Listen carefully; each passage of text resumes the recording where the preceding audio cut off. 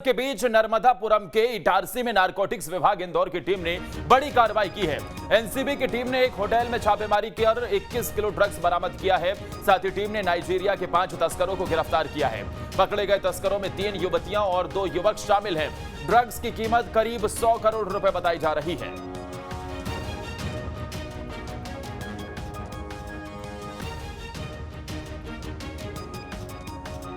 NCB की zonal unit Indore द्वारा एक कार्रवाई जो है इटारसी थाना क्षेत्र अंतर्गत की गई है, जिसमें कुछ आरोपी जो है उन्होंने गिरफ्तार किए हैं, जो करीब 20 किलो हेरोइन जो है जिसकी मार्केट वैल्यू करीब 100 करोड़ है, वो ले जाते हुए पकड़े हैं। जो पूरा जो माल है वो हमारे पास थाने में सुरक्षित रखा गया है। आगे की कार्रवाई जो है वो एनसीबी की यूनिट द्वारा की जाएगी।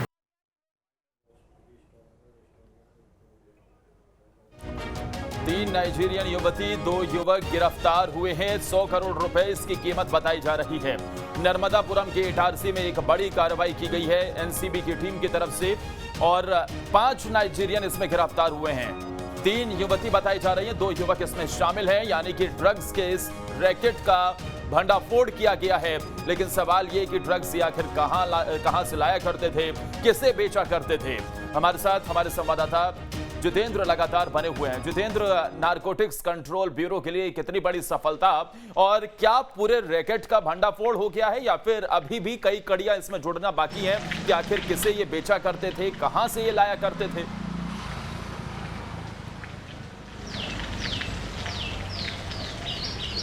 बिल्कुल आदर्श, देखिए अगर हम बात करें तो जिस प्रकार से एक बड़ी कार्रवाई मध्य प्रदेश के नर्मदापुरम में एनसीबी की टीम ने की है, वाकई में अपने आप में चौंकाने वाली कार्रवाई है कि मध्य प्रदेश के नर्मदापुरम में अगर 121 जो किलो ड्रग्स है वो पहुंच जाता है, जिसकी लागत कम से कम 100 करोड़ रुपए बताई जा रही है, तो आप समझ सकते हैं कि जो रैकेट है कितना बड़ा रैकेट हो सकता है। 5 नाइजीरियन इसमें गिरफ्तार किए गए। और देखिए इसके पहले भी हमने देखा है कि ड्रग्स के केसेस में जो नाइजीरियन हैं उनकी गिरफ्तारी पहले भी होती हुई आई है, तो ये पहला नया मामला नहीं है। तो ऐसे में ये कहना गलत नहीं होगा, इनका जो एक रैकेट है वो काफ़ी ज़्यादा बड़ा रैकेट है। अलग अलग जगहों पर रैकेट फैला हुआ है।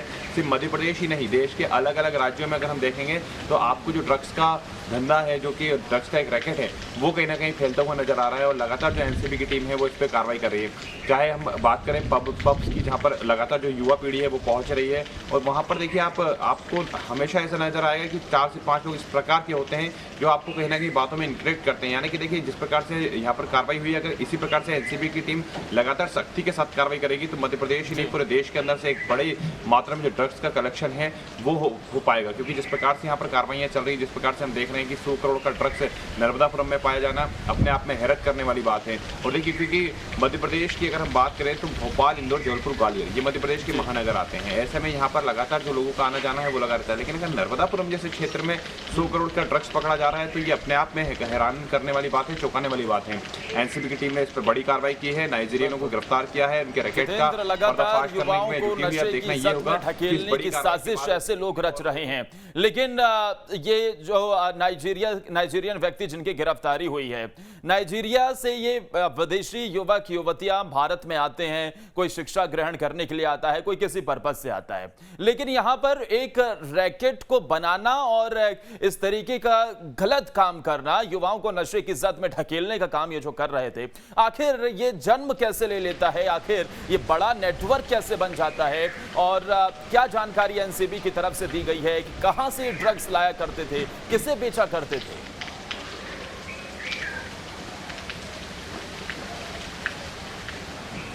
आदर्श, देखिए अगर हम एनसीबी की बात करें तो एनसीबी लगातार इनसे पूछताछ कर रही है, क्योंकि लगातार ये देखा जाता है जितने भी नाइजीरियंस है या फिर बाहर विदेश का दूसरे जो कंट्री है वहाँ से अगर कोई भारत आता है तो या तो बिजनेस के लिए आता है, या व्यापार के लिए आता है, या फिर शिक्षा ग्रहण करने के लिए आता है। कॉलेजेस में आप देखेंगे ऐसे तमाम जो नाइजीरियंस हैं वो आपको नजर आएंगे। और देखिए इनका जो एक रैकेट है वो सिर्फ इंडिया से एक पनपता नहीं है, ये पूरे विदेशों से चलता हुआ इनका एक बड़ा रैकेट पाया जाता है। अलग अलग कंट्री से जो ड्रग्स है इसकी खेप लेकर भारत में पहुँचते हैं। लेकिन देखिए सबसे बड़ी बात यह है कि जब भारत में इसकी खेप आती है तो उस दौरान जो तटीय स्थलों पर कार्रवाई है वो आखिर क्यों नहीं कर पाते हैं। साथ ही साथ जो हमारे कस्टम और तमाम तमाम जो चीज़ें ऑफिसर्स होते हैं वो इतने अलर्ट क्यों नहीं होते हैं। हालांकि देखिए यहाँ पर भी कहीं ना कहीं जो मुखबिरी है वो हुई है और एनसीबी की जो टीम को इस चीज़ के बारे में पता चला, उसके बाद एनसीबी की जो टीम ने यहाँ पर छापेमार कार्रवाई करी है। तो सबसे बड़ा सवाल यहाँ पर ये उठता है कि जब भारत के कोनों पर लगातार जो बॉर्डर पर पुलिस तैनात रहती है, लगातार यहाँ पर जो एजेंसियाँ हैं वो लगी रहती है, इंटेलिजेंस यहाँ पर अलर्ट रहता है, तो आखिर किस तरह से भारत में इतनी बड़ी मात्रा में जो ड्रग्स की खेप है वो अंदर आ जाती है, ये अपने आप में एक सबसे बड़ा सवाल है। फिलहाल देखिए बड़ी कार्रवाई की गई है, बड़ा नेटवर्क यहाँ पर पकड़ा गया है। इसके अलावा यहाँ पर एनसीबी की टीम ने